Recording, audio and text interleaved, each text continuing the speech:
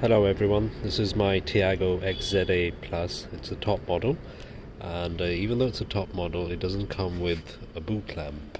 So whenever you open the boot, it's all dark, and you need the torch or something else to illuminate your boot space. By the way, if you want to see these strings that I've installed in my previous video to make this parcel tray elevate on its own when you open the boot, click on the link in the top right hand corner. It's very easy, it hardly cost me 10 rupees to do it.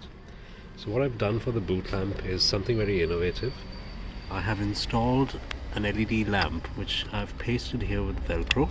I just press it and it illuminates the entire boot so that you can see whatever's kept here. Now, it's a very easy and very cheap solution.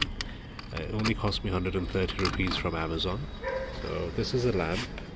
It's a lamp which has 3 AAA batteries, and I've pasted some velcro on the back, and you just attach it to the chassis and press the button to switch it on and off.